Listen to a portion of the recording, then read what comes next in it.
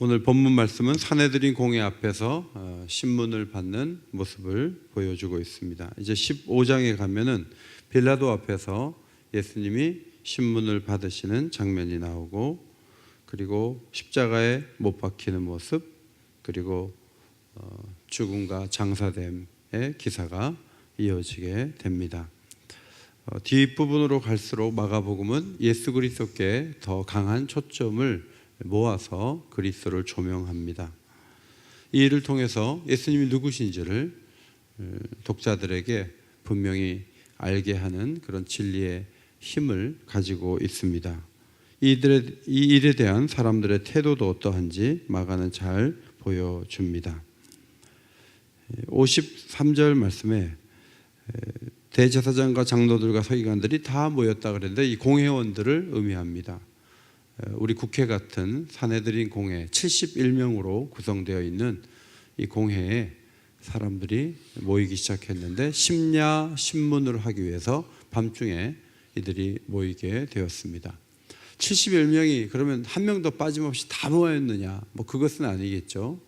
밤에 모이다 보니까 인원이 충분히 모이지 못할 상황이었지만, 생각한 것보다 꽤 많은 이들이 모였던 것은 유다의 배신으로 인해서 예수님이 이번에 처리할 수 있겠다, 이제 이런 생각을 했기 때문에 그들은 강력하게 모였고, 제목을 뒷부분에서 오히려 찾아서 자신들에게 사형권이 없기 때문에 빌라도에게 기소되도록 하기 위해서는 분명한 제목을 가지고 넘겨서 사형을 시켜야 된다, 이런 생각을 갖고 있었습니다. 악이라고 하는 것도 굉장히 집중력이 있죠. 악한 사람들이 움직일 때는 주변에 악인들이 같이 움직이게 되는데, 그들도 어떤 목적을 이루기 위해서는 굉장히 집중하죠. 마약 운반책 이런 사람들이 마약 나를 때 보면 굉장히 은밀하기도 하고 굉장히 치밀하고 굉장히 집중하죠. 그리고 돈을 쏟아붓기도 하고 뭔가를 거는 듯한 모습을 가지고 최선을 다하죠.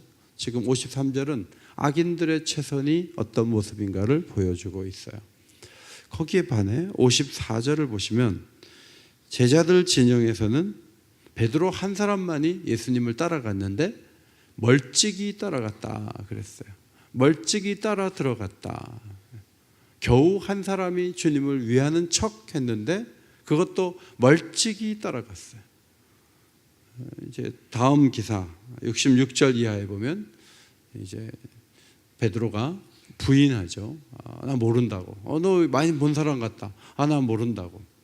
멀찍이 따라간 한 사람조차도 예수님에 대해서 전혀 도움을 드리지 못하고 눈앞에서 오히려 부인함으로 주님의 심사를 더 불편하게 만들었던.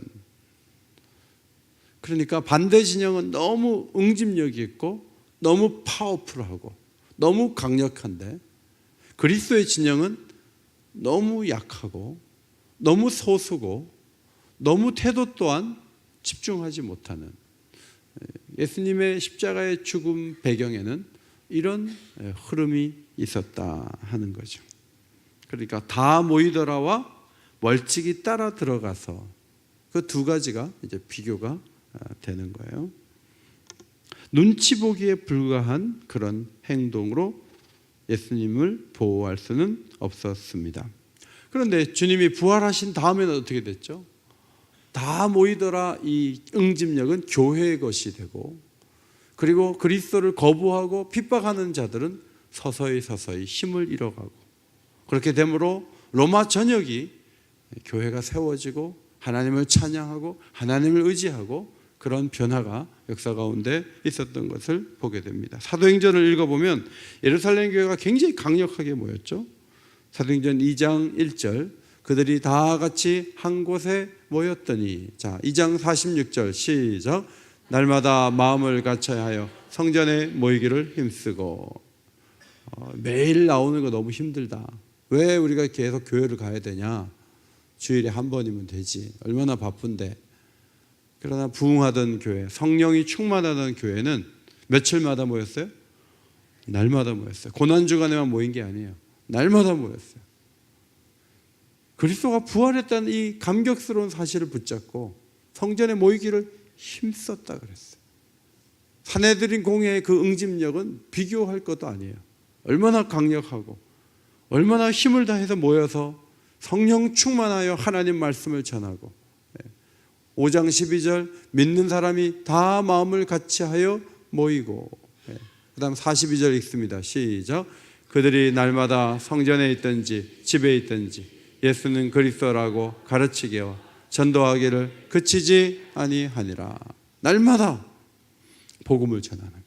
날마다 뭔가 하는 거예요. 파워풀한 거예요. 성전에 있든지 집에 있든지 예수는 그리스도라고 선포하는 이 강력한 교회의 모습을 우리는 볼 수가 있습니다. 성도 여러분, 악인들의 응집력 그 이상의 응집력으로 대응하시기를 바랍니다. 그것이 우리가 할 수 있는 힘이에요. 저희 집에 지금 휴가병이 한 명 나왔어요. 휴가 한 명 나왔는데 얘는 고난주간인 것도 모르고 나왔더니 고난주간이에요. 그 집에 오니까 막 시간이 너무 아까워가지고 밤에 이제 막 오늘 또 하루 또 가는데 이제 좀 있으면 이제 집 부대 들어가야 되니까 막 하루하루가 아까워가지고 막 조금이라도 늦게 자려고 그런대요. 오늘 새벽기도 가자 그래서 이상병 그러니까 딱 눈 뜨더라고요. 가자 교회 가자 옷 딱 입고 데리고 왔어요. 데리고 왔는데 궁시렁거리지 않고 잘 나왔어요. 여러분 휴가병이라도 깨워가지고 와야 돼요. 왜냐하면 우리의 종교는 응집력이 있는 거예요. 야 내가 기도할 테니까 넌 집에서 자. 그렇지 않아요. 우리는 함께 기도하고 함께 하나님 앞으로 나아가서 역사의 새로움을 위해서 우리가 희생하고 주님이 우리에게 원하신 것이 무엇인지를 찾고 그렇게 함으로 판도를 뒤집어낼 수 있는 성령의 사람들이 되시기를 바랍니다. 55절로 59절 충분하지 않은 증거가 일치하지 못했어요. 증언이라는 게 서로 상충되고 모순되면 뒤집어지는 거예요. 여러분 증거 불충분으로 기소가 됐지만 풀려나는 경우가 상당히 많아요. 로마의 그 특징 중에 하나는 법이 발달해서 증거 불충분이면 내주게 돼 있어요. 유대인들은 죽여야 되겠다고 생각하고 로마에 넘겼는데 로마 당국이 증거 불충분으로 내놓은 기사들이 있더라고요. 제가 그런 것들 읽어보니까 유대인들이 분통을 터뜨리죠. 엄청나게 매를 댄 다음에 그 다음 넘겼는데 로마에서 증거 불충분이래요. 그냥 방면이에요. 자, 그런 케이스들이 있기 때문에 예수님도 증거를 확실하게 잡아갖고 넘겨야 되는데 이게 증거가 서로 말이 맞지 않아요. 왜냐하면 사실에 근거하지 않은 얘기들은 이게 꼭 잡히게 돼 있죠. 남편들이 부인들에게 거짓말 하잖아요. 그건 비사실이기 때문에 부인들이 반드시 잡아내요. 부인들이 거짓말하죠. 애들이 나중에 알리게 돼요. 여러분 사실이 아닌 거는 언젠가 다 드러나게 되는 거예요.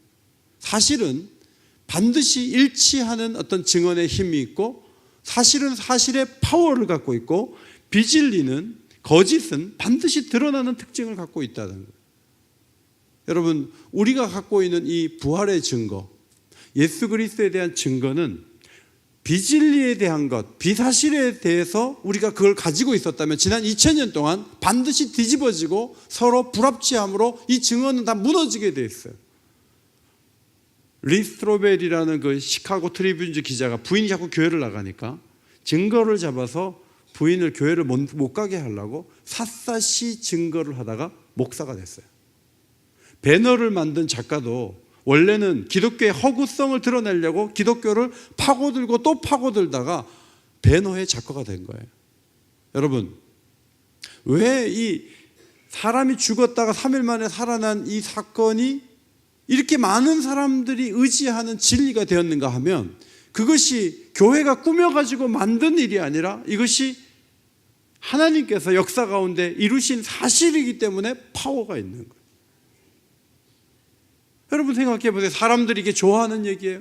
동정녀 탄생, 3일 만에 부활하심, 구름을 타고 올라가셨다가 구름을 타고 다시 오신다. 여러분 이게 사람들이 생각이나 할 그런 내용입니까? 사람들이 매력을 가질 수 있는 요소가 하나도 없어요. 모두가 거절하고 그게 말이 되냐라고 얘기할 만한 그런 내용들이에요. 그럼에도 불구하고 정말 수많은 사람들이 이 진리를 붙잡고 여기까지 왔고 앞으로도 이 진리가 선포될 때 사람들이 여기에 마음을 열고 이것 때문에 자기 인생이 바뀌어질 수 있는 이유는 그리스도의 죽음과 부활이 사실이기 때문에, 사실에서 나오는 힘, 거짓에서 나오는 이 불충분한, 서로 이 충돌하는 이 비진리의 비사실, 이 거짓의 이 불합리성, 이것을 우리는 여기서 분명히 발견할 수가 있는 거죠.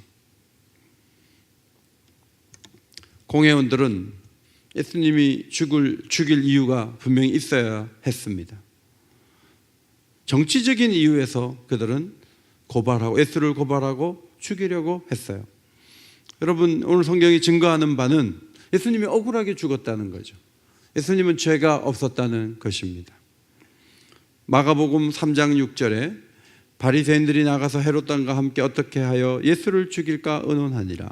11장 19절 대제사장들과 서기관들이 듣고 예수를 어떻게 죽일까 하고 꾀하니. 12장 12절 그들이 예수를 잡고자 하되. 14장 1절 예수를 흉계로 잡아 죽일 방도를 구하며. 이 권력을 가진 자들이 눈에 가시 같은 예수를 제거하기 위해서 흉계로 거짓 계획을 잡아서 죽이려고 했어요. 여러분, 거짓 계획, 거짓말 뒤에서 누군가를 죽이려고 하는 그 배경에는 누가 있냐면 마귀가 있어요. 마귀는 비사실을 가지고도 공격하고 비사실을 가지고도 뭔가를 하려고 하는 게 마귀예요. 성령은 사실을 가지고 움직이고 사실을 가지고 세상을 바꾸려고 하는 거, 이것이 성령의 역사예요. 그러므로 우리 그리스도인들이 꼭 가져야 될 게 뭐냐면 거짓말하면 안 된다는 거예요. 항상 진리 위에 서야 한다는 거예요. 체면 때문에 애들에게라도 거짓말을 했다가 그럼 사과해야죠. 내 아빠가 잘못 얘기했어, 아빠가 잠깐 혼동이 있었어 라고 말을 해야지, 사실이 아닌 얘기를 하면 그러면 이 문제가 생기게 되는 거예요. 우리 기독교는 거짓 증거를 가장 미워해야 할 역사적 근거를 가지고 있죠. 성도 여러분, 복음에 대한 확신을 가지시기를 바랍니다. 믿으면 믿을수록, 연구하면 연구할수록 이 사실이 갖고 있는 파워, 하나님께서 가장 기뻐하시는 이 복음, 이 복음을 말하고 전하고 복음 위에 기초하면서 진실되고 사실대로 뭔가가 되고자 하는 그런 힘을 가지고 놀라운 교회를 이루고 놀라운 하나님 나라를 이루고 아름다운 사회를 이루고 그렇게 걸어갈 수 있는 주의 백성들이 되시기를 바랍니다. 그래서 고난주간에 우리가 멀리해야 될 게 뭐냐면 거짓말이에요, 과장이에요, 반쪽 사실이에요. 그리고 다 멀리해야 돼요.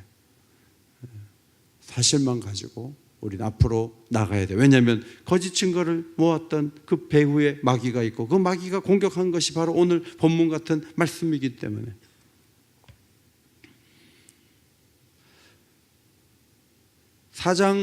사도행전 4장 20절에 우리는 보고 들은 것을 말하지 아니할 수 없다 하니, 21절에 관리들이 백성들 때문에 그들을 어떻게 처치할지 방법을 알지 못하고 다시 위협하여 놓았다, 이런 말씀이 있어요. 이제 복음을 전하는 사람은 딱 2명인데 71명이 에워싸는 거예요. 2명이 위협을 당하는 거죠. 71명이 말하지 마, 너도 죽을 수 있어, 말하지 마 라고 얘기해요. 2명이 우리는 보고 들은 것을 말하지 않을 수 없다. 그래서 이게 대화가 이어지는데 2명은 점점 더 파워풀한 거예요. 이들은 꺾을 수 없는 어떤 뭔가를 가지고 있어요. 71명은 말도 안 되는 얘기를 가지고 예수를 죽였는데 제자들이 들고 나오니까 이 2명을 압박해서 교회를 무너뜨리려고 했어요. 그런데 안 되는 거예요. 이게 2명과 71명의 싸움이 아니고 비진리와 거짓을 중심으로 한 사람들의 싸움이기 때문에 그래요. 로마의 그 소수의 그리스도인들이 로마 전체에 퍼져갖고 로마 대국 자체를 복음이 삼켰던 이유는 그리스도인들이 막 칼을 들고 뭔가 강력하게 물리적으로 움직였기 때문이 아니고 그들이 가진 그 복음, 하나님을 뜨겁게 사랑하는 마음, 사실 위에 기초한 진리, 이것이 세상을 뒤집어 엎었어요. 오늘 뭐 방송국이 뭐라고 하고 뭐 사건이 교회 안에도 많고, 여러분 아무리 그렇다고 해도 주님이 주신 이 진리가 다수의 사람들을 오히려 삼킬 수 있다는 사실을 믿으시기 바랍니다. 그것이 우리가 갖고 있는 좋은 열매들이죠. 60절과 61절에 보면 이제 초조해지죠. 대제사장이 직접 신문에 들어가서 이제 말을 잡아가지고 넘기려고 하는데, 대제사장이 질문했어요. 너는 아무 대답이 없느냐? 이 사람들이 너를 치는 증거가 어떠하냐? 자, 얘기 좀 해라. 제대로 증거를 못 잡으니까 이제 말을 가지고 잡으려고. 예수님은 이미 자기가 예루살렘에 올라가서 대제사장과 서기관들에게 넘겨질 것을, 그리고 죽이기로 결의될 것을 예수님은 알고 계셨어요. 그래서 예수님은 그냥 입을 다물었어요. 침묵하셨어요. 많은 증언들이 뭐 서로 일치하지도 않은 얘기들이 막 예수님을 죽이려고 만들어진 놓은 얘기, 시켜서 한 얘기, 생각에도 없는 얘기, 제대로 알아보지 않은 얘기들이 막 쏟아졌어요. 예수님 가만히 계셨어요. 침묵했어요. 그러니까 대제사장이 이상한 거예요. 왜 말이 없냐? 여러분이 침묵이 하나의 예수님의 대응 방식이에요. 그 근저에는 예수님이 내가 죽겠다 하는 어떤 의지가 있었던 거죠. 문자로, 말도 안 되는 문자가 계속 왔을 때 가장 파워풀한 대응 방식이 뭔지 아세요? 문자가 막 말도 안 돼, 네가 어떻게 했잖아, 막 와요. 그러면 여러분들이 말도 안 되는 대응 방식을 어떻게 대응할 수 있는가 하면 대응하지 않는 거예요. 가만히 두는 거예요. 그러면 괴롭히려고 막 문자를 보내다가 초라해지는 자신을 보는 거예요. 담임 목사님이 50줄 정도 보냈어요. 담임 목사님이 가장 무난하게 하는 방법이 뭐죠? 예, 한 글자만 딱 보내는 거예요. 아니, 대답을 안 하는 거예요. 여러분, 세상이 여러분에 대해서 말도 안 되는 얘기를 막 쏟아낼 때 일일이 대응하려고 하지 말고, 오늘 예수님의 말씀을 보니까, 예수님의 모습을 보니까 침묵으로 대응하는, 때로는 침묵으로 대응하는. 말을 많이 하는 남편과 조용한 부인이 있으면 누가 이길까요? 조용한 부인이 이기죠. 조용한 부인이 그냥 가만히 있어요. 그럼 남편이 나중에 고개를 또 숙이겠어요. 침묵의 파워, 이런 것들이 있죠. 성경이 맡고 있는 것 중에 하나가 다툼이죠. 다툼은 말이 서로 오국할 때 일어나는 현상이에요. 어떨 때는 그게 굉장히 에너지를 소모하는 것이고 안 좋은 것이라고 얘기해요. 뭔가를 말할 것 같은데 말을 안 하고 있어요. 이게 굉장히 파워가 있어요. 예수님은 지금 그런 방식으로 거짓에 맞서고 있는 것을 보게 됩니다. 야고보 3장 16절, 시기와 다툼이 있는 곳에는 혼란과 모든 악한 일이 있습니다. 예수님 계속 말씀을 하지 않으실 것 같은데 61절 중반절에 대제사장이 다시 물었어요. 내가 찬송받을 이의 아들 그리스도냐? 이런 질문을 했어요. 그럼 예수님이 계속 침묵하면 증거 불충분으로 이제 나갈 수 있는 거예요, 사실은. 근데 예수님이 여기서 입을 여셨어요. 처음 이 입을 여신 말씀이 대단한 말씀인데, 이게 복음의 핵심이에요. 따라합시다. 내가 그니라.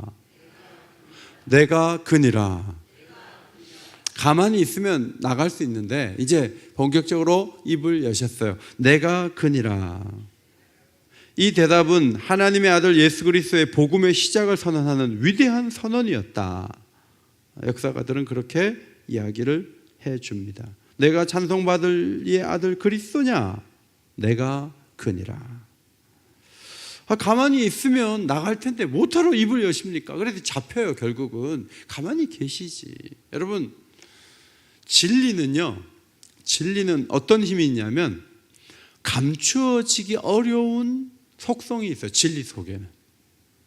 빛은요, 드러나고자 하는 파워가 있잖아요. 빛을 이게 딱 다 어둡게 해놓고 촛불을 탁 켜면 빛이 드러나듯이, 진리는요, 억압하고 가리고 해도 이게 환하게 드러나는 힘이 있는데, 예수님 속에는 자신이 하나님의 아들이라는 이 진리가 드러나고자 하는 욕구가 있었던 것이죠. 그리고 예수님이 자세하게 말씀을 하신 것이 62절, 예수께서 이르시되 내가 그니라. 자, 성경 보시고 같이 읽습니다. 시작.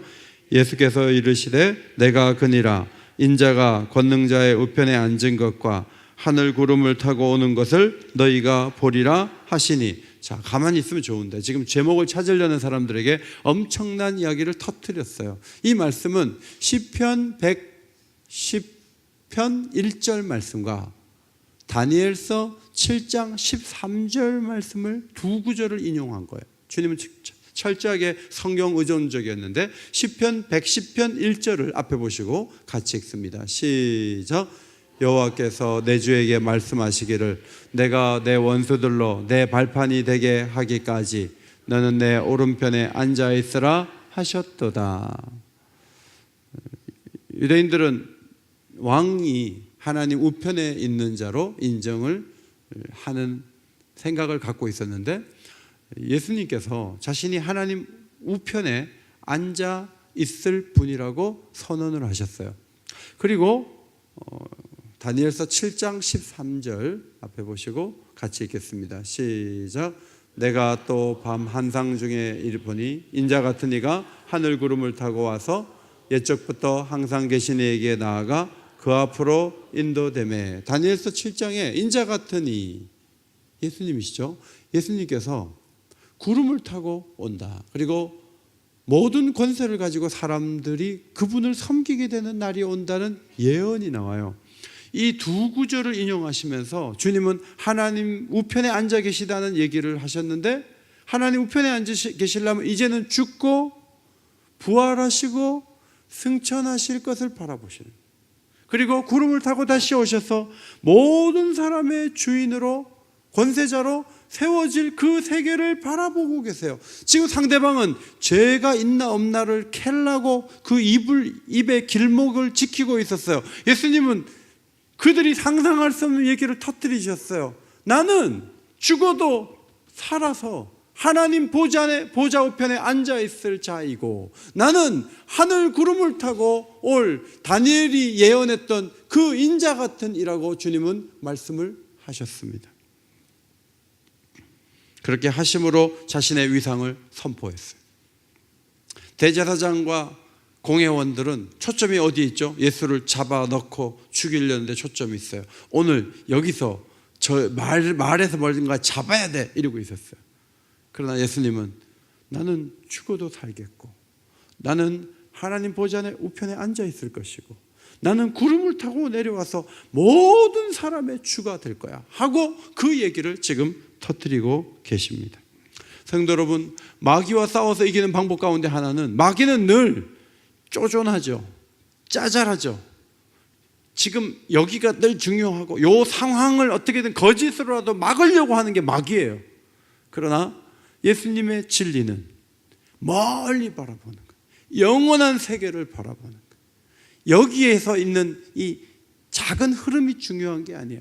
긴 역사 속에서 하나님이 어떻게 풀어가실까를 보는 거예요. 성도 여러분, 고난주간에 현재만 너무 중요한 여러분들이, 저와 여러분이 현재만 중요한 것이 아니라 예수 그리스도의 안목을 가지고 주님이 오실 날을 바라보고 죽어도 살 날을 바라보고 영원한 세계를 바라보는 하나님 백성들이 되시기를 바랍니다. 입관실에 들어가면 무섭죠. 무서운데 복음을 선포하죠. 그리고 지금 앞에 있는 이 고인 이제 관에 들어가서 이제 한 줌의 채로 사라져요. 그러나 하나님 말씀을 가만히 보면 영원한 세계가 있는 거예요. 이게 끝이 아니에요. 부활이 있어요. 영원한 세계가 열려질 거야. 하나의 그쪽으로 가는 중간 단계에 불과한 것이고, 잠자는 것으로 해석할 수 있는 여지가 충분히 있다. 이 안목을 옮겨 놓는 거죠. 그때 마음의 평화가 임하고, 오히려 장례식을 갔다 오는데 내 마음이 넓어지고 내 속이 편해지는 거죠. 너무 이 7, 80년에 묶여있지 말고 이 고난주간에 주님이 바라보셨던 그 놀라운 세계로 여러분 시야를 확장하시기를 바랍니다. 넓게 펼쳐서 여기가 전부가 아니고 영원한 세계를 바라보고 주님이 대응하시는 거죠. 우린 그것을 배워야 합니다.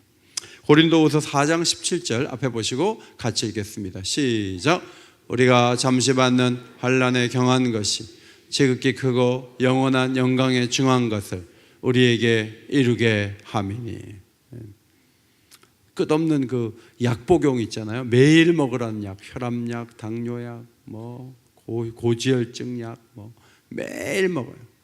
막 어떨 때 슬프죠. 슬퍼요. 근데 그것도 잠시 먹는 거예요. 영원히 먹는 거 아니에요. 그래도 그 약이 있어서 살아 계신 거예요. 고혈압약 안 드셨으면 작년에 다 죽었어요. 그런데 그 약 덕분에 그래도 살아있는 거예요. 성도 여러분, 반복되는 어려움이 있습니까? 잠시 당하는 어려움으로 작게 여기시기를 바랍니다. 영원한 세계가 있어요. 그것이 우리에게 값진 것이고 좋은 것이고 중요한 것이고, 어렵고 힘든 것들은 다 작은 것들이에요. 그것을 크게 여기지 마세요. 주님은 오늘 여기서 잡혀서 죄인이 되냐 안 되냐 거기에 너무 혈안하지 않았어요. 어차피 죽기로 하신 분이기 때문에 그래 잡아가라 하고 근거들을 제공을 하면서 그분의 안목, 내가 그니라라고 담대하게 선포하셨던 그 주님의 그 위대한 모습, 우리가 본받아야 되죠. 세 가지를 말씀드렸어요. 첫째로 선한 일에 집중하고 마음을 모으는 교회를 이루어야겠다. 주님을 따라가되 멀찍이 따라가지 말고 늘 곁에 계시고 신의를 지키고 주님을 끝까지 잘 섬기는 하나님 백성들이 되시기를 바랍니다. 두 번째, 진리는 충분합니다. 일치합니다. 힘이 있습니다. 거짓은, 과장한 것은, 그런 것들은 힘이 없어요. 우리가 갖고 있는 복음은 사실이기 때문에 힘이 있죠. 이 진리를 가지고 떨지 말고 진리를 전하고 진리를 사랑하고 진리대로 살아가고, 그렇게 함으로 진리가 주는 유익과 은혜를 누리게 되시기를 바랍니다. 예수님처럼 감출 수 없는 그 파워, 그 힘, 그 안목이 터져나오는, 이것이 예수 그리스도가 보여준 강력한 힘이에요. 우리에게 그런 힘이 필요한 거예요. 오늘 하루 복음을 한번 얘기해 보세요. 나는 그리스도인입니다. 예수님께서 우리를 위해 죽으시고 3일 만에 부활하셨습니다. 그 말을 한번 해보세요. 여러분의 이 영적인 이 답답함이 열려지죠. 새로워질 수 있어요.